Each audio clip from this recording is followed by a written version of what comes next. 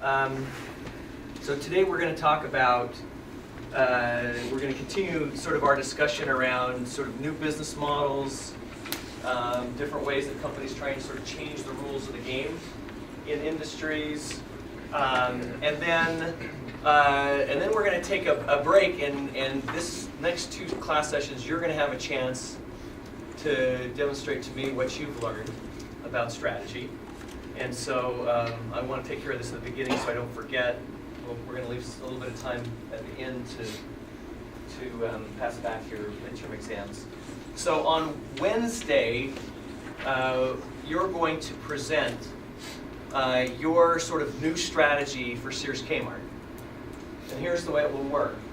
So you'll meet with your team, you'll put together a strategy, you'll put together no more than 5 slides, but you're going to put together a summary of your proposed change in strategy for Sears.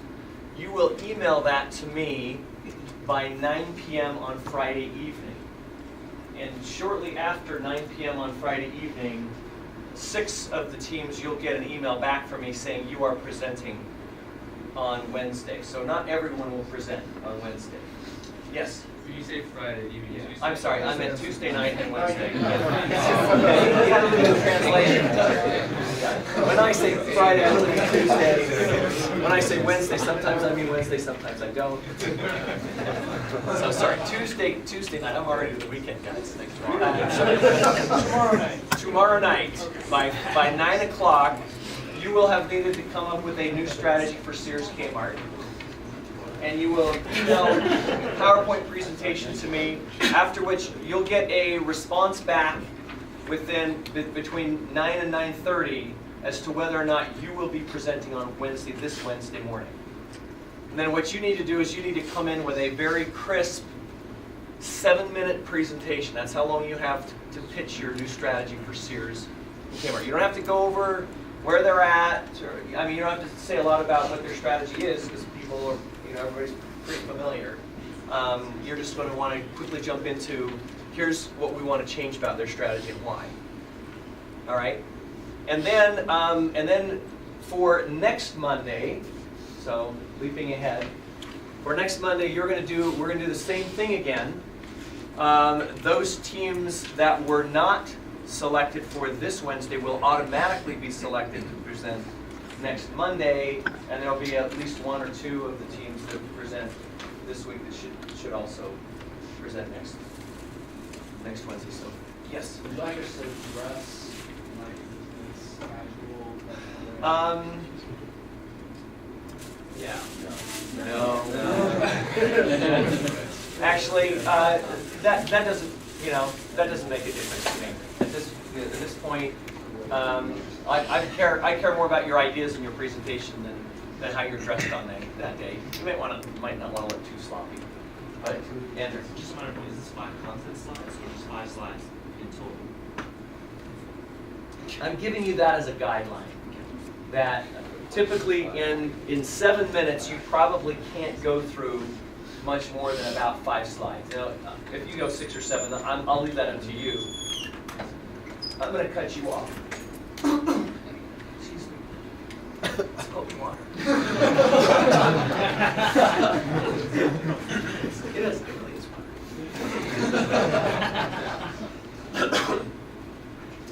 So I will cut you off about 7 minutes. So whatever you want to use during that 7 minutes is up to you. Then you'll have about 3 minutes for questions. So about 10 minutes per team. That's the way. It's possible I may try and go for 7. I may go for 7 teams, just to make sure we get everybody and have at least 1 or 2 teams have a chance to go twice. All right. So that's the plan for Wednesday and for next Monday. Today we're going to talk about Skype, and I want to hear from Marshall and Keena. Let's see, Keena. Nathan. So Nathan and Alicia. So Marshall, let's start with you. All right. Give us just the quick overview of Skype's strategy.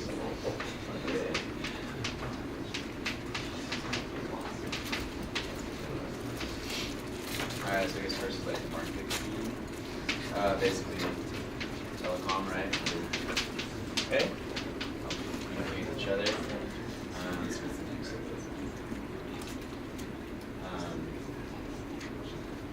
Oh yeah, unique value. Basically, the unique value they bring is you can do like face-to-face PC, and it's the face-to-face is free at least. So they're going to bring you face-to-face, sort of a phone, and it's going to be free. Yeah.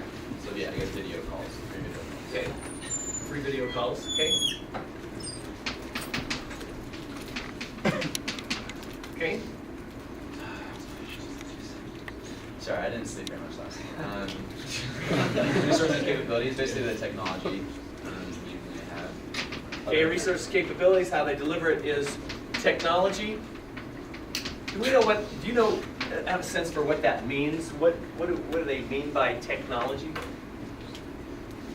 I mean, do you know what's actually going on here? I don't know whether. Do I understand how Skype works? Yeah. No. Okay. I'm just wondering, Derek, do you want to explain how Skype works? Well, not exactly how Skype works, but the peer-to-peer aspect of it was the big differentiator at the beginning. Whereas other internet telecom companies tried to have everything on server, they were the first to say, no, we're going to use our users' systems in order to supply the bandwidth and the modules they need to actually connect. And Okay. that made their marginal costs zero. So what do they have to be good at? What skills do the people have to have in this company? User-friendly applications to develop.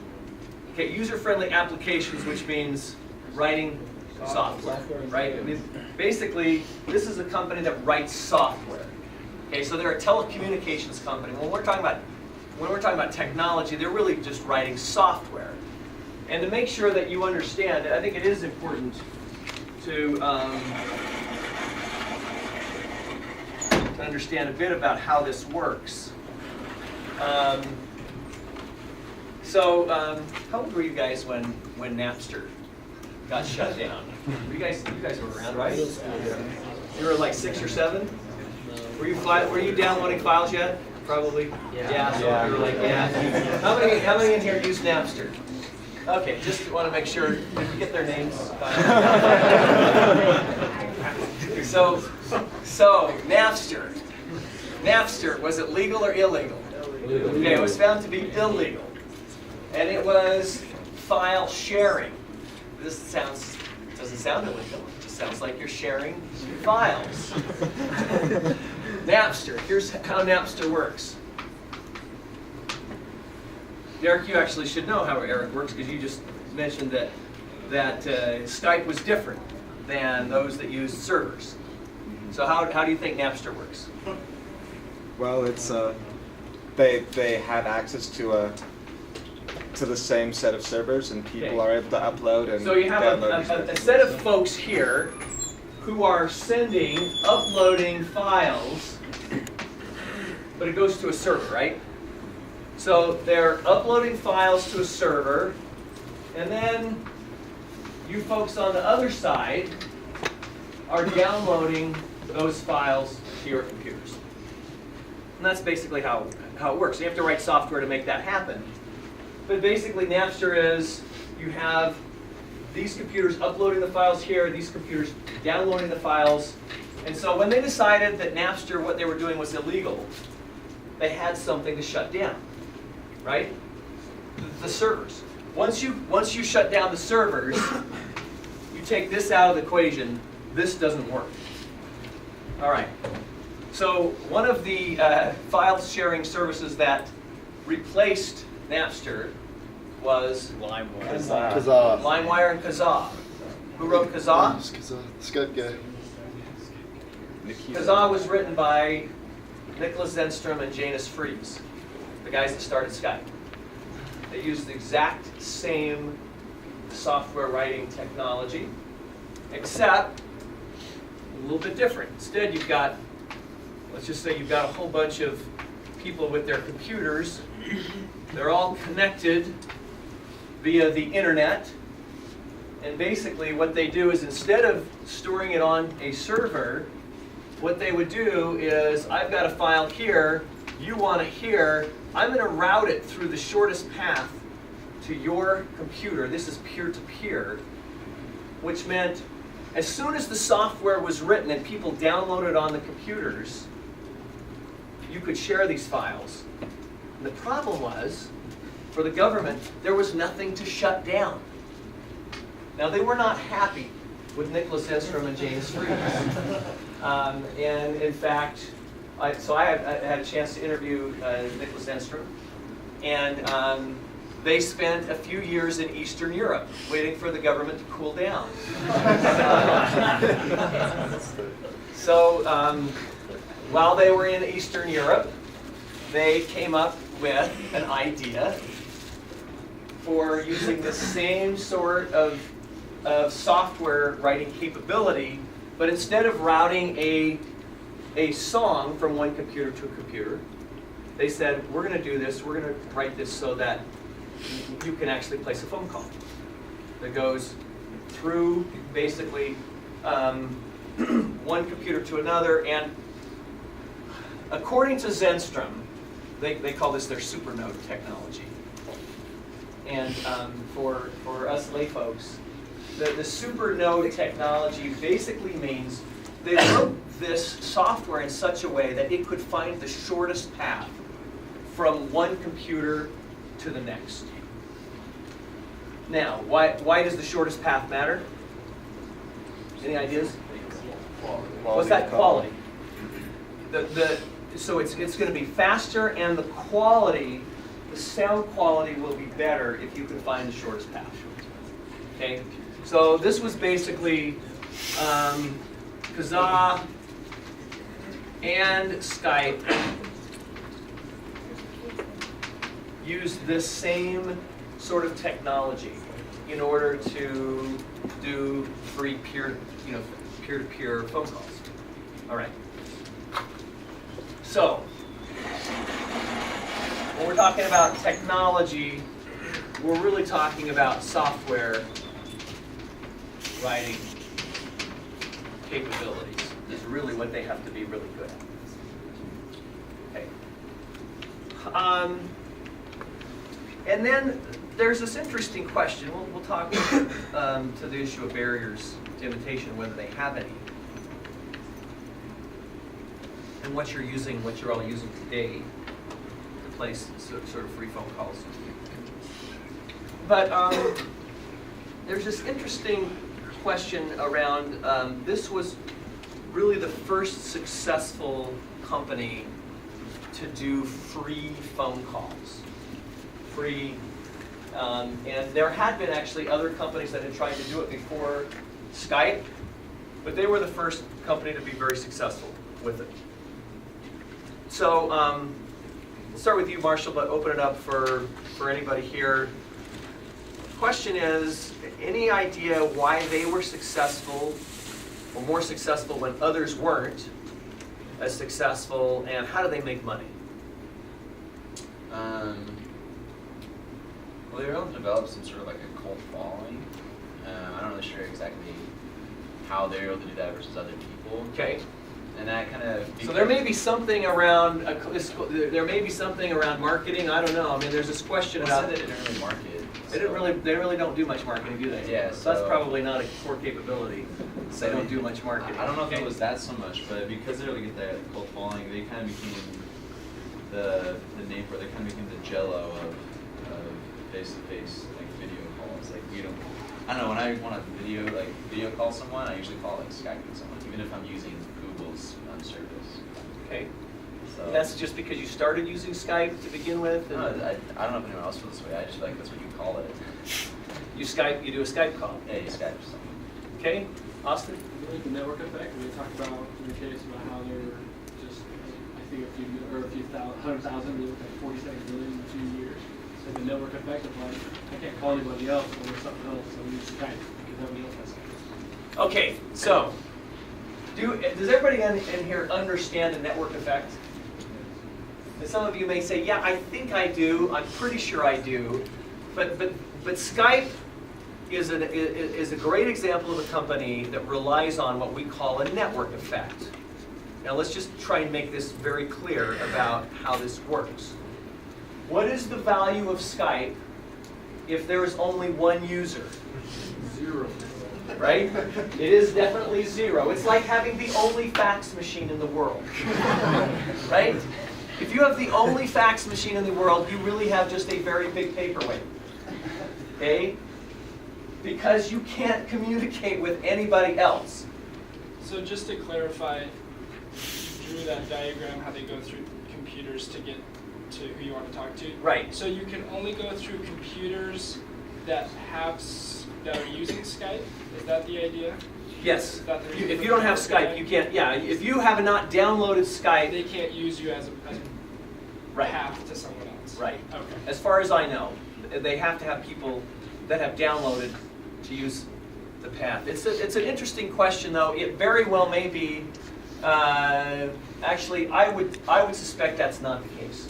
I would suspect that as long as another computer is on the internet, they are accessible for peer-to-peer, would be my guess. But in order to place a call to someone else, of course, they would have to have Skype. Okay. Yes? Are the more computers in between the 2 points, the better? Like if I'm trying to communicate with Kyle over there and we have like 6 computers in between, would that make No, the connection? that would be, I think that would be worse. Okay. You want to have one computer. Gotcha. So Does that make sense why they could do it over the ocean? that's right. Things like They that. can do it over the ocean, but that's why those calls don't tend to be as good a quality. Because now you're having to route through more computers to get there. Gotcha. Yeah, yeah.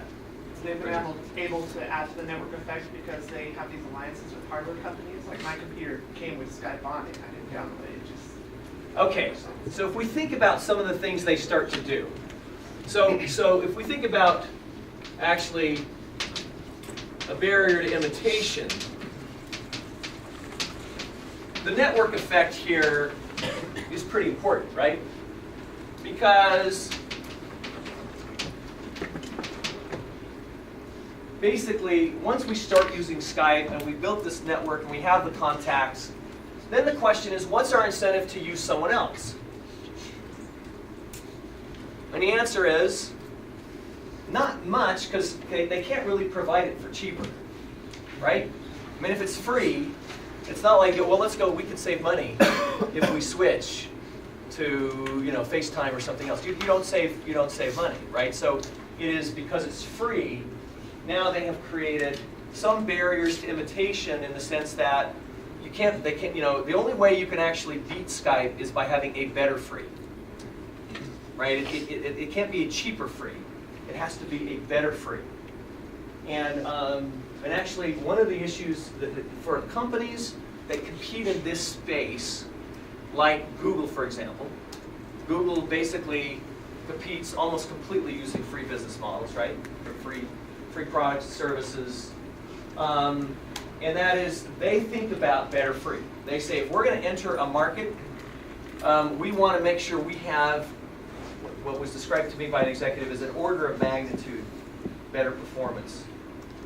Because we know we're going to have to be an order of magnitude better to get people to switch, because if it's free, then they've got to have a reason to switch. So it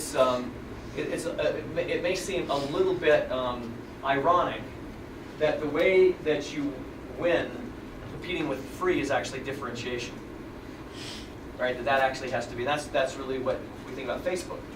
The reason Facebook was able to do well against, you know, MySpace and Friendster, and that was because of basically a differentiated site.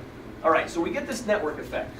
Now, Marshall, you talked about this fact that they sort of developed this cult following early on.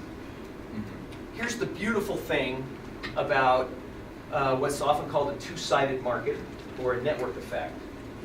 And that is that in order for a customer to use your product, they actually have to contact somebody else and pull them in to be a customer.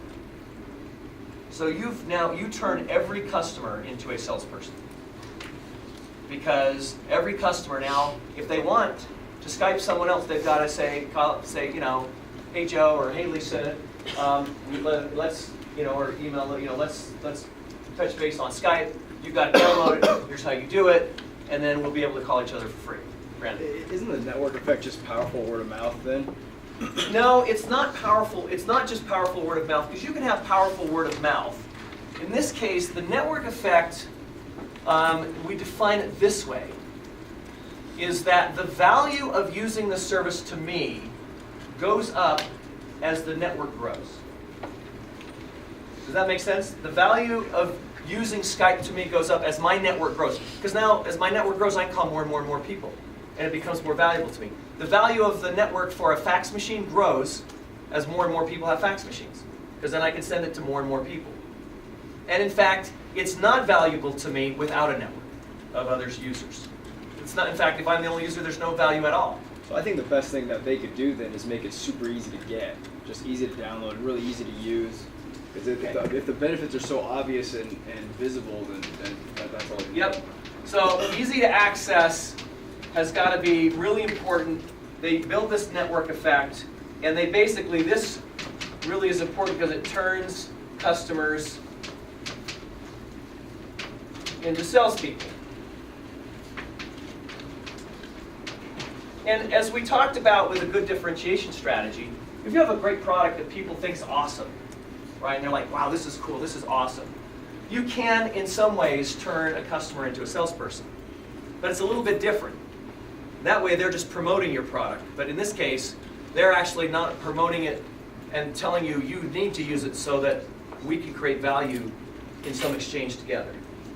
Right? And this would be true whether it's eBay, PayPal, right? Any of these are viewed as two-sided markets where you've got two sides that have to come together in order to make some sort of exchange or transaction. So we're talking about the power of how if one person tells another friend to get Skype and download it, isn't that kind of also limitations then? Because if we talk about Facebook chat, everybody has a Facebook.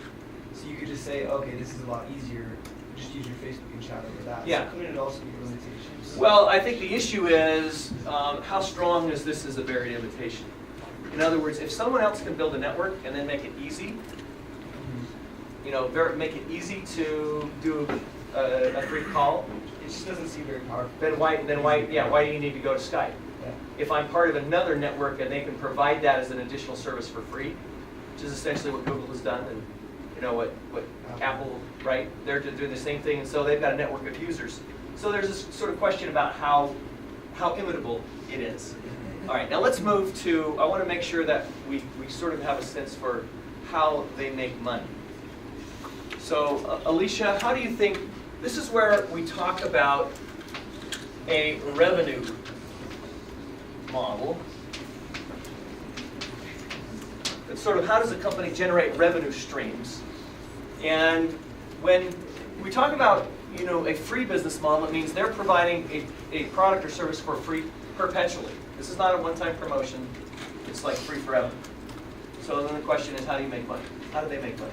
So they pull in a lot of people just to the free service, and then Okay. where their revenue comes from is they have to Skype out for businesses, or they have to Skype out and then also do the business model of it. Okay, and tell us, what is Skype out? So Skype out is, I think you like, what was it, you like get a phone number, or you can make phone calls from your computer to a landline or something.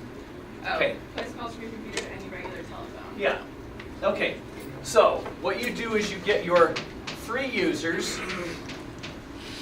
and then what you try to do is get a portion of them to buy a premium service and pay money. Yeah, I think 5% bought Skype out. Okay. By 2005. All right. So we're looking at about maybe roughly 5%, and this is sometimes called freemium, because it's sort of free that leads to hopefully some buying a premium model. So you basically get some people to buy. And in this case, it's if you don't want to go computer to computer, you can call a cell phone, you can call a landline. And they have some other business sort of services. You can have, I think, you know, call answering, things like that you pay a little bit extra for. Okay, Robert? So one thing I think is really important to, as we develop this, is understanding what the cost part of their businesses, that Okay. it doesn't cost them anything to Skype with another computer. They don't have to, it doesn't route through any of their servers or anything. It's just the cost of the software. Whereas when they connect out through, like if you need to call my cell phone, they have to connect to Verizon or to AT&T first, and they get charged a fee for that. And so I'm sure one of the reasons why when they were originally starting the business model, they thought, why don't we just offer phone calls for free if it doesn't cost us anything extra? We'll gain traction and then try to upgrade to these other things. Voicemail is the same thing. They have to store those on their server. So there's a cost associated with those aspects, whereas just straight calls I don't think had quite as big of a cost. Yeah, so now the question is for Skype, what is the marginal cost of placing a phone call between two people? And the answer is it's zero. It costs them, once they've written the software, it's out there, it's on your computer. The marginal cost to Skype is zero. And the marginal cost to you is what? Zero, right? In fact, this is one of the questions that I asked Zenstrom is, why did you decide to price it at zero to begin with? I mean, you could have priced it very cheaply and maybe still gotten lots and lots of users. What do you think his response was? Why do you think you decided you needed to price this at zero? Any ideas? Would you have priced it at zero? People are like, nah, I don't think so. If you look at applications today, I don't pay for any application that even costs 99 cents. I mean, if I can buy the free version, that's what I'm going to use. And so they feed off the network effect, and a percentage of those upgrade the service. And so if you can build a massive network of free users, the probability of even more upgraders. Yeah. All right, so one thing, so Nicholas, Zenstrom and Janus Friis, they understand the psyche of the new generation, which is the new generation is I shouldn't have to pay for anything that I use on a phone or on a computer. It should be free, right? You expect it. You expect there to be some sort of free version of almost everything, right? And that his response was, if the marginal cost is zero, then that's where the price will zoom to eventually. And therefore, we're going to use this different business model. We are going to start with free. We're going to leap there because marginal cost is zero for us and our customers. Now, the marginal cost to place a call on Skype actually isn't zero if you don't have a computer and if you don't have internet service, right?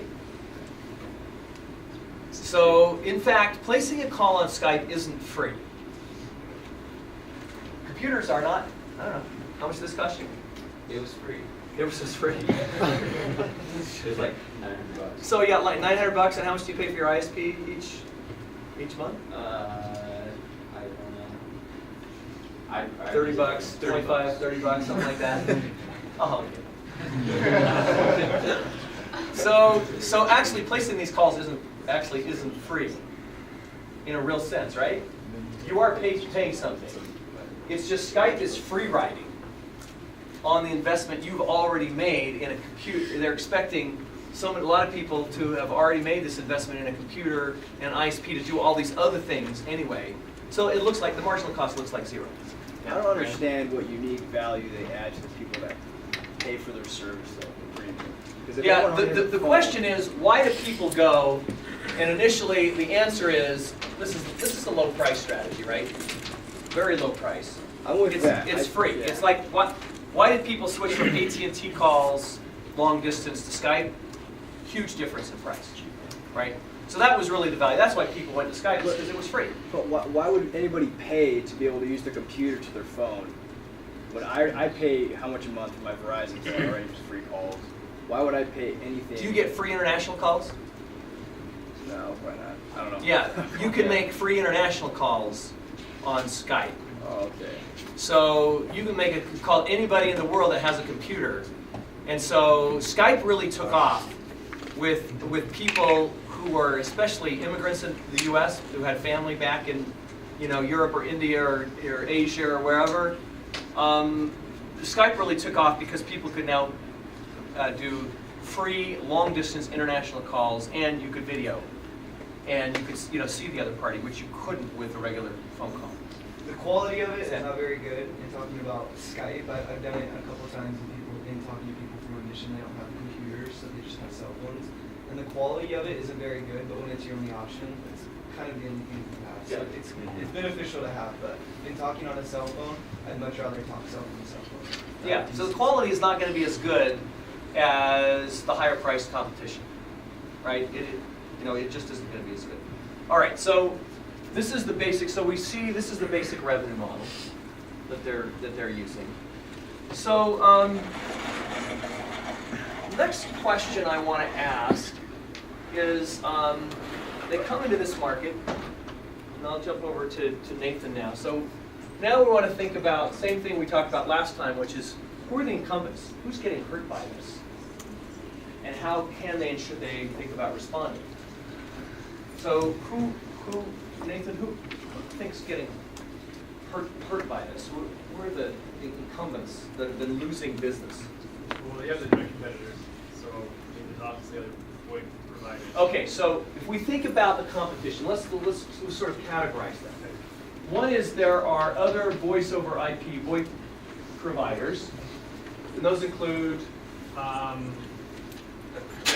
don't know if it's Vonage. Okay, so Vonage is a VoIP provider. They charge. Who else would fit in this category? Uvu. Okay. Right. Who else? If you want to learn how to use Uvu, just check with Sean. He's the only one.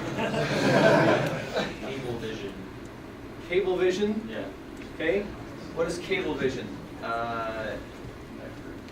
They do a similar thing. So aren't they? Do they I don't know. They're right here in cost per minute, US dollars, Skype, Vonage, Cablevision. Okay, so Cablevision, is this like a Comcast? I think it's more comparable to Skype and Vonage, but Does Comcast Comcast provide this? It's a lot more like Comcast. It's more like Comcast. So you've got Time Warner Cable. Actually, Comcast is now looking to merge with Time Warner. So we've got. I would say early on they sort of have Vonage, but today we'd have to add Apple and Google, right? Yeah. So you got Apple, you've got Google, and you actually have all of the cable companies today pretty much providing this. There was one called Beth that was pretty big, like 5 years ago. And they died out. Yeah, Skype kind of killed them. The big thing was they could do like chat rooms, so like nerds who wanted to get together for playing games. And so I don't know from personal experience. Yes, of course. You're the one. He's the one that used the word term nerd. Yeah. So it's perfectly fine to use about other people or yourself. All right. So once Skype offered something similar, then there was no differentiator, right? This is where you got to offer something that's a little bit different. All right, so Google, the cable companies also get into this. Who else do you think are the competitive? What other categories of competitors might there be? Fixed line. Fixed line. So like. Okay. Who are the fixed line players? Yeah. So actually, when we think about this, AT&T, Verizon. And then you've got the Baby Bells. Think about the other of the Baby Bells. There's been, well, you learned a little bit from the AT&T case about the number of different Southwest Bell, Pac Bell. So the fixed line players. All right, anybody else? I guess you could argue like digital communications like instant messaging maybe, that are not directly voice, but like. Could be a substitute. Okay. So let's look at those. Let's say those are more substitute as opposed to direct competitors. Okay. What else? I remember reading something in the first chapter we had about it. Skype having an effect in some ways on the airline industry, just because these people are able to see their family face to face, and so it definitely. So they don't. Okay. So this is now again. This is a substitute. Yeah. So there are substitutes that are affected by this, but also I just want to make sure we start with direct competitors. You can also go with, it's not much in one right now, but potentially with the wireless. Okay, yeah. So you have fixed line, and then you got wireless, right? So once again, you're going to have AT&T, you're going to have Verizon, you know, really Sprint, T-Mobile are the big ones. All right. So, Nathan, who gets hurt of these groups of companies? Who gets hurt worse when Skype comes into the market? Which set of companies feels the damage the most? I'd say fixed line. Fixed line. Okay. Fixed line. These guys get hurt the worst. In fact, within 7 years, more than 25% of international calls are now on Skype. So they've lost 25% of their revenues, their market share, but also on their existing calls, their price drops dramatically because folks are not typically willing to pay a lot when you can get it for free, right? So these guys actually get hurt the worst when Skype comes into the market. Yeah. So I was too young to remember, but so I'm asking to figure it out. As far as I understand, when you had an AT&T bill, you had long distance service that you asked for, like you had to pay for. So I think my grandma, she lives in Missouri, and we had to call her that it was a long distance call, even though it was still in the United States, it wasn't international, still a long distance call. It cost more for that. And similarly, when you made an international call, it cost more for that. But those were all like services attached onto your bill. Right. Is that, and so yeah, so yeah, this is, so for you guys, this is really like the old days. Okay, the old days, which it's amazing how quickly this gets forgotten, right? We're talking 10 years ago, you know, the old days, 10 years ago. 10 years ago, you got local phone service, which was free for a certain rate. Then you paid long distance to go outside of that local service area. Was that a flat fee or? It was a flat fee for local calls, and then long distance calls you paid per call. Unless some would have like you could pay a flat fee for you know, multiple long distance calls, and then there was also international calls that were on top of that. And those, because they all went to through different networks, because you'd go through a different network when you went to, you know, a call from, you know, Utah to Missouri or wherever, and then when you're going from, you know, Utah to, you know, Beijing, then you're going through a different network and you'd have to pay it. So you paid additional rates. And so would a long distance call be anything outside of your area code? Yeah, anything outside of your area code. So if you lived in LA and you called 20 minutes Actually, away, in Utah, it was long distance if you called from Provo to Salt Lake. Really? Yeah, you had to dial a 1. We're talking 10 years ago, guys. This was not that long ago. That you had to dial a 1 and you had to pay extra to call from Provo, the Provo 801, Provo Orem 801 area code to Salt Lake 801 area code. So that's the way it used to work. Adam. This also originally exists with cell phone providers. If you were calling outside of your range with your cell phone. When you were paying, you paid roaming, you mean? Yeah, well no, I'm saying like if my contract is here in Utah and I have a cell phone, was there also a long distance fee with the cell phone when they first started to call to Oregon or California? Not that I remember. Not that I remember. There might have been in certain service areas that might have been a problem. Yeah. Were those calls priced by the minute or by the phone call? They were usually priced by the minute. So how do those calling cards work? Some members in Portugal, we buy a card for €5 and you get 200 minutes. How do those work? Because I feel like a 200-minute long distance phone call from Verizon would have been much more expensive than $7. Yeah, they're just you're prepaying it. They're betting that a lot of people will not use it or lose the card, which is one reason they give it, you know, cheaper when you do it that way. And that, you know, that tends to be the business model there. All right, so these folks are getting hurt the worst. How do they respond, or how can they respond? I guess they can try to develop their own proprietary. Okay, so if we think about options here, they could develop their own, and they could ignore,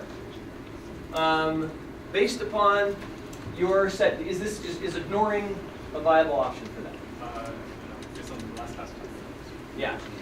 Ignore is not a viable option because current customers are leaving now, today. So when you're losing customers right now, you can't just ignore it. You know, you might, if you're Merrill Lynch, think, we can ignore this for a while. We don't have to respond quickly, we can delay. But for the AT&Ts and the Verizons, the people doing the fixed lines, they can't ignore it. They're losing customers today. People are no longer making long distance calls. They're losing revenue, so they can develop their own. And do we know, have any of them done that? I know there are some quick options. Okay. But it's not like any of us think about free AT&T or free Verizon, right? We don't sort of think about them as being an obvious, yeah. I think they focus much more on the wireless aspect of their business now. All right, so they're moving more towards the wireless because this is where the movement of the total market is to wireless, right? So because how many of you in here have a landline? Raise your hand if you have a landline. Okay. What? You have a landline? It's okay. You don't have to explain. We live in a storage unit. Facilities, there's a landline there. People would call the storage unit. Okay. All right. See, it's almost like you'd have to explain today. because people are like, really, you have a landline? It's like, why would you have a landline? Right now, some of us come out of the dark ages. We keep a landline for our home because somehow we just feel like we ought to have a landline, right? We had one growing up.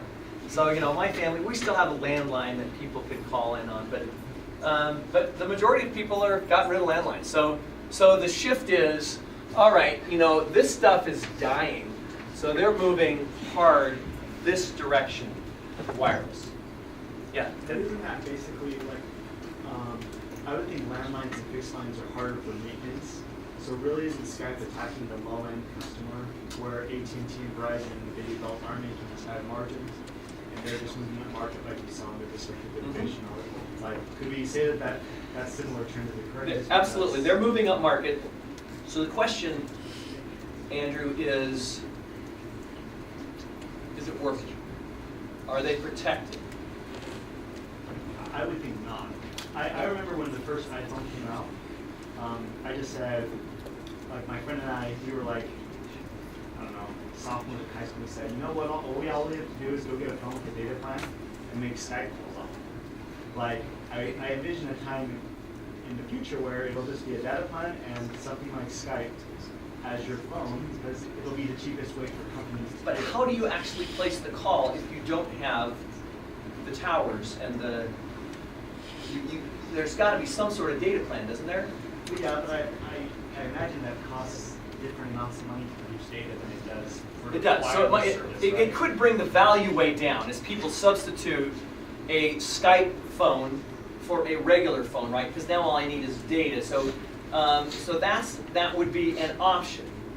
What do you think? Just saying, with Google Fiber, right? So theoretically, with Google Fiber, long term, there'll be free data everywhere to some degree, right? And at that Can you point, use Google Fiber in your car? You can use Google Fiber anywhere in the city. So if you're driving in your car, you could use a cell phone, a dummy cell phone. Yeah. Okay. An iTouch, like something Like an that iTouch. something that And how do they takes get the Wi-Fi signal there? They have hotspots that they broadcast. Okay. All right. All right. So this is the thing that's potentially disruptive. If you think about these folks, how do you place a call here? Cell phone, and you have to actually have, you got to build all these towers, right? And you got to have, so this is not cheap to build all these towers. It was not cheap to put in all of these fixed lines, right? Skype only has to write software. It's like, how easy is that, right? You write software and place calls as opposed to actually having to figure out how to route these calls. So in some ways, some people would say, you know what, they're protected a bit, and the cable companies down here, they're the ones that have the pipe into the home. Or they're the ones that will have the pipe into your car. And so it may look like they are protected, and they want to be protected. The danger is, how many of you have heard of WiMAX? So, WiMAX, you think of hotspots? Think about a 3-mile wide hotspot. You put up one WiMAX tower, and it will actually give you Wi-Fi for a 3-mile radius. So you put a few of those up in a city, Google Fiber, bang, everybody's got Wi-Fi. In fact, you might, and this was sort of the idea behind Provo, the reason sort of Provo got into this was try and connect everybody in the city, right? Be able to do it cheaply, that there's some positive spillover effects by everybody being able to quickly and easily, cheaply access the internet. This actually could be the thing that could be disruptive to these folks. More so in big cities than people out in rural areas, probably. But if we have a Google that will go in, or a local government that will do WiMAX for the whole city, and they'll make it free, they figure out some way, a free business model, then all of a sudden everybody's got free cell phone coverage that you do voice over IP, just like it. And it may not be the same quality, this is an issue, it may not be as good a quality as going through the towers. But now, it's hard for most of us now to be able to jump in our cars and to be able to use Skype today. But if something like this comes on, this is where it's hard to predict the new technologies that will enable, a disruptive new way of providing a technology, a phone calls, something else. I heard that in like a freeway in England or something like that, they put all these like Wi-Fi hotspots along the way, so throughout the whole freeway you have Wi-Fi. Along the freeway, yeah. So those are different options for doing that. And I was going to ask how effective like WiMAX would be in like a city area, because I know wireless companies are developing small cells in order to compensate for like buildings disrupting like good signal and that type of thing. So would that really be very effective in the city? Or That's the issue, is how do you make sure you get complete coverage? Because if you don't get complete coverage, it doesn't really work. So they either have to have something to sort of bend the signal or expand the signal. So there are different ways to do that. I mean, I know in my home, I needed to put I don't remember what it's called, but something that would actually extend and push the signal farther to get to the far end of my home. So those are the kinds of things that they'd have to work out. All right. So free. Free is this is new. It's it's pretty new the way we're thinking about it, in the sense that products or services are perpetually free, and it's important today to have an understanding of what are the options for competing using a free revenue model. So let me just sort of talk about some of the different free strategies. Make sure that you understand them and you can ask questions. So yeah, there's a cost to everything, including things like switching costs, but we define free as a product has a price of 0, and it's not a one-time promotion price, and the price is free over an extended period of time. Okay, so that's, we're thinking about free, and of course, the products that best fit this notion of being free are those where the marginal cost of providing it is 0 or close to 0. That's why software, digital, anything that's software or digital, there's an upfront cost to develop it or to build it, but once you've developed it, once you've built it, then the cost really is 0 on an ongoing basis. All right, so why do we care about understanding free? Well, there's 2 reasons. One is you need to think about how you would react to the entry of a free product, and you want to think about, should free be part of our strategy for our company? Okay, because there are different types of free revenue models. So under what conditions might you want to make your product free, and how do you create value? So let's sort of talk about some of the different free selling options. So this is the free upsell, is the one we talked about with Skype. And this is, freemium. It's you offer the free version, and then you offer a premium version to try and get them to move up. Zynga games, all of that, that's the way they make their living, right?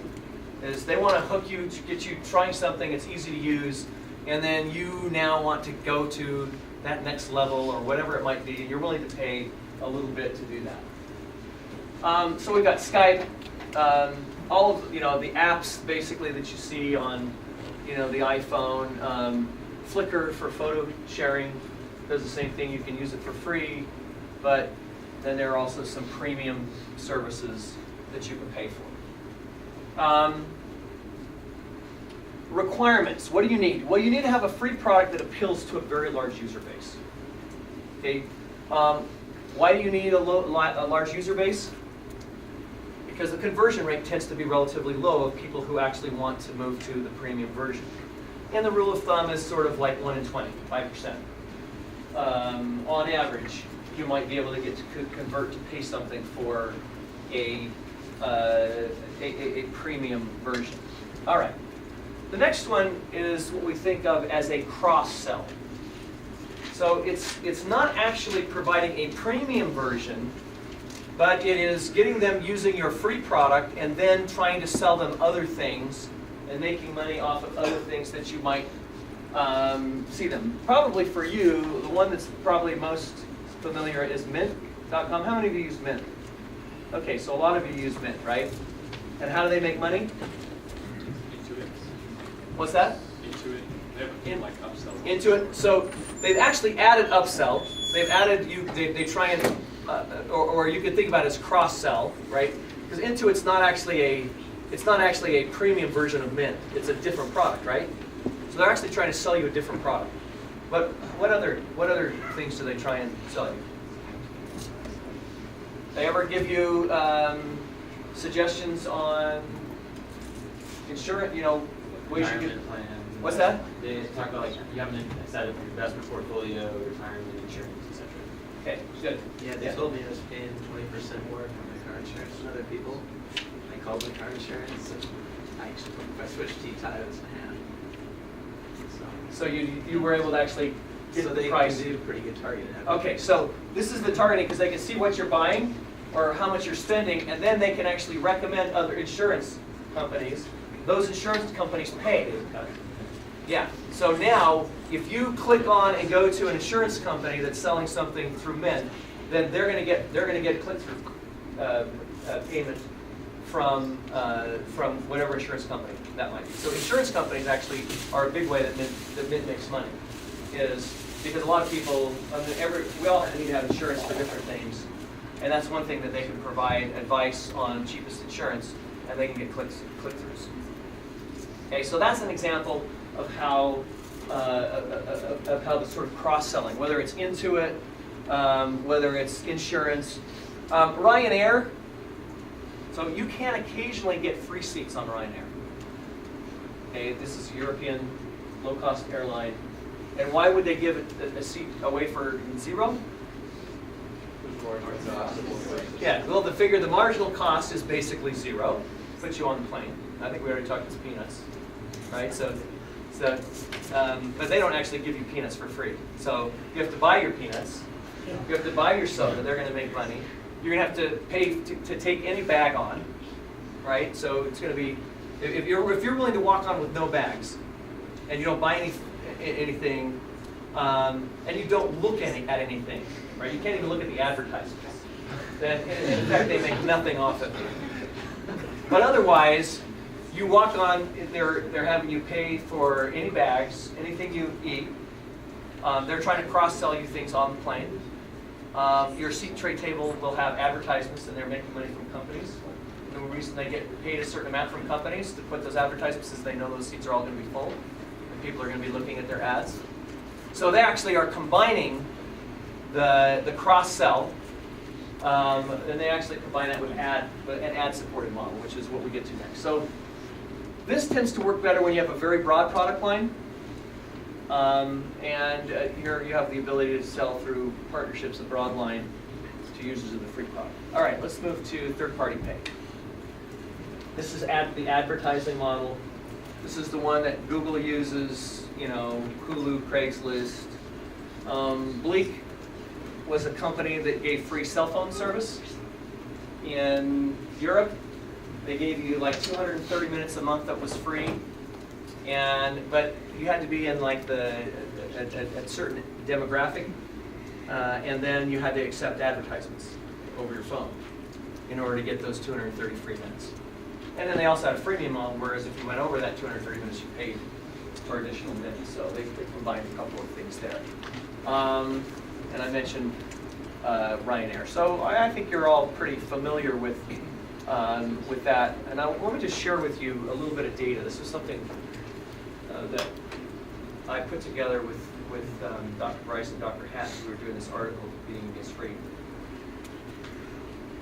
So we were trying to figure out how much does a company that has a free revenue model make per user, right? So if you think about Google getting people to come per unique visitor or unique users, how much do they make?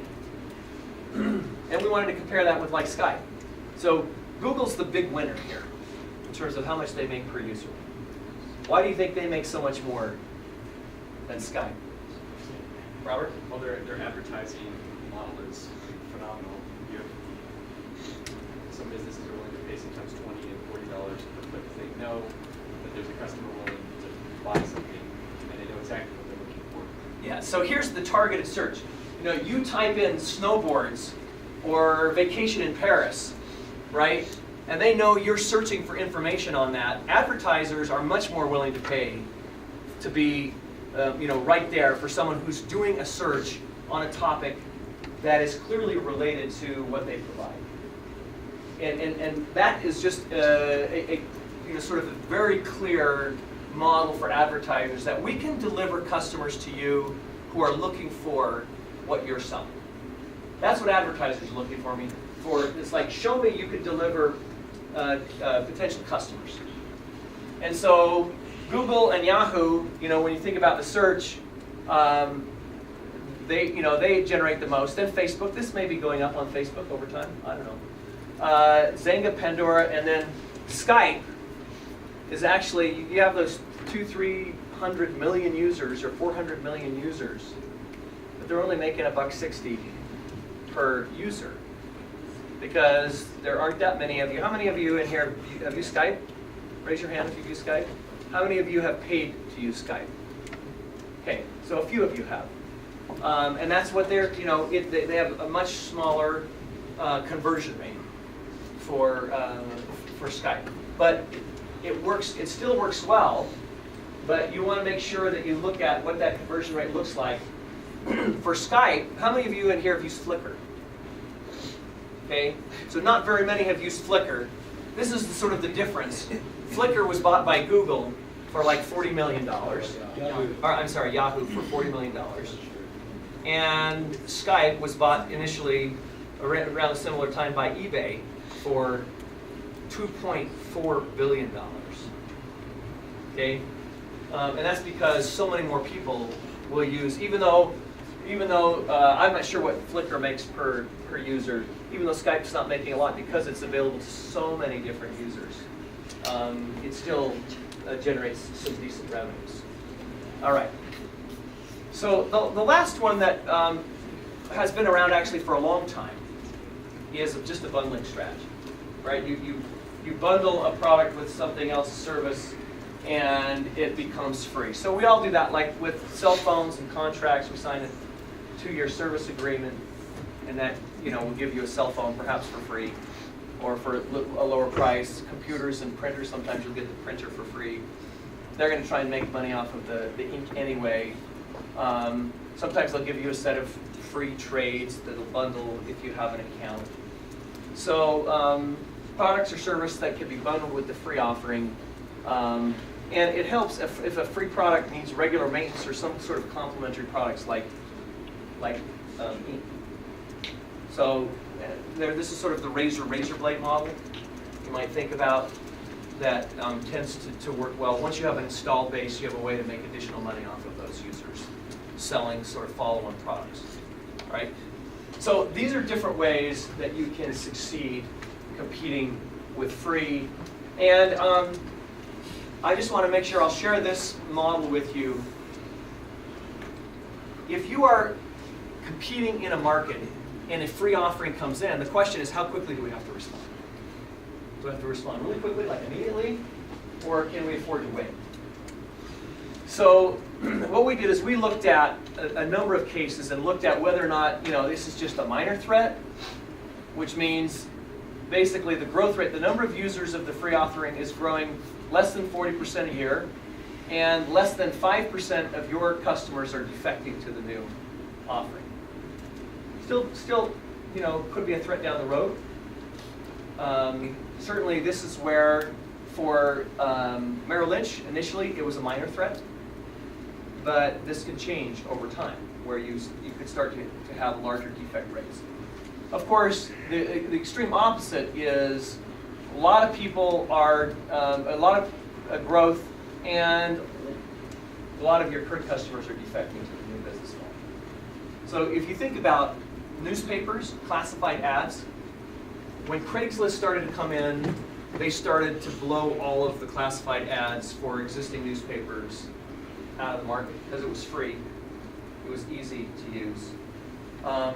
Only one media company that I know of in the top 50 markets was able to beat Craigslist. And that was? Yeah, that was actually KSL. Developed a better site, invested heavily early on to try and build that sort of offering. And so they actually compete pretty effectively with Craigslist, and that's huge for Deseret Media. If they had lost all of that, this is actually one of their big money maker is KSL.com, because again, it's ad supported. And a lot of us are going there to look for things, and a lot of companies are using advertisements because, again, we're going to look for certain things, and they want to target certain products or services to us. And that's one way to do it. So if, in fact, you've got a lot of defections and it's growing fast, it means you're probably going to have to change your business model to compete with free. And this is why what we saw happen at Deseret News. So they brought in actually Clark Gilbert, who was a professor at the Harvard Business School. And Clark had actually studied newspapers and looked at free and realized that they were going to have to change their business model very quickly. So they actually had to cut their staff by like 50, 60%. Like, we can't support the staff, and they had to crowdsource a lot more of their content. And then they tried to focus on a particular type of customer, not only in Utah, but also they've now started to build a more nationwide audience with a particularly sort of targeted set of articles and things that are all around sort of family and values and things like that. So, and they're actually doing quite well. Yes? From the viewpoint of the wireless providers, where is Skype right now? To me, it seems kind of more of a minor threat. I don't think any of us are really giving up our cell phone providers, but I guess there's that potential threat of with like Google Fiber. Right. Yeah. So right now it's a minor threat. It's grown quickly, but there aren't a lot of people that are dumping their cell phones to move to Skype only. Right. So until a technology comes along that allows for that, it's probably going to stay a minor threat. And why would you want to lower your price and cannibalize? You don't really want to do voice over IP. Now, what we've seen is the cable companies have jumped into voice over IP, but how have they done it? They've actually used one of these strategies. They've used this one here, the bundling strategy. The triple play. What's the triple play? Internet, phone, TV, right? Now, they're just bundling the phone in, because they already have the sort of the pipe into your home. So they're bundling the phone in. They're doing voice over IP. It's basically costing them almost nothing. And so they're bundling it in, and that's their strategy, is we're going to bundle this in with other things, even though it's interesting, they haven't actually pitched it as free. They could, if they wanted to. They could say, look, here's your price for your internet and your price for your TV, and by the way, if you buy both of those for this rate, we'll throw in your TV for free, or your phone for free. They could do that, and then maybe a lot more people would say, oh, if I get my phone for free, maybe I'll go ahead and do phone service. But they haven't really pitched it that way up to this point in time. All right, last question. Yeah, so I was curious, just doing the reading, you talked about a company that had produced a drug and had sold that drug for free. I don't know if it was like a joint venture, something like Galderma. Yeah. Can you talk a little bit about, I thought that was super interesting that they would be willing to do with an actual product. I mean, sure, it's a pill, but there's a very low marginal cost there. Right. But how was that? It was all around cross-selling other products to, so it was actually Galderma here.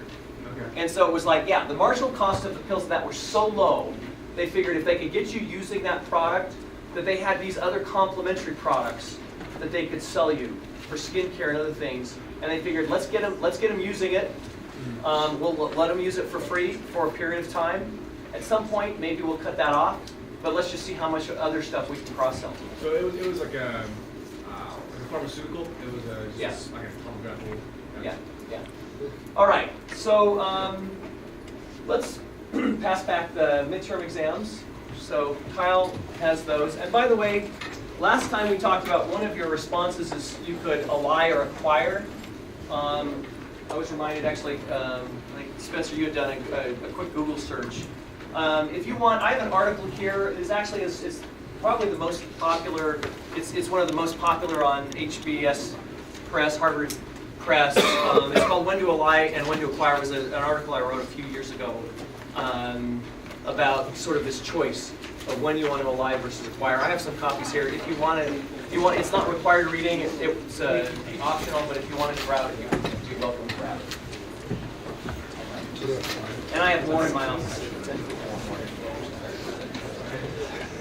Hey, Brandon.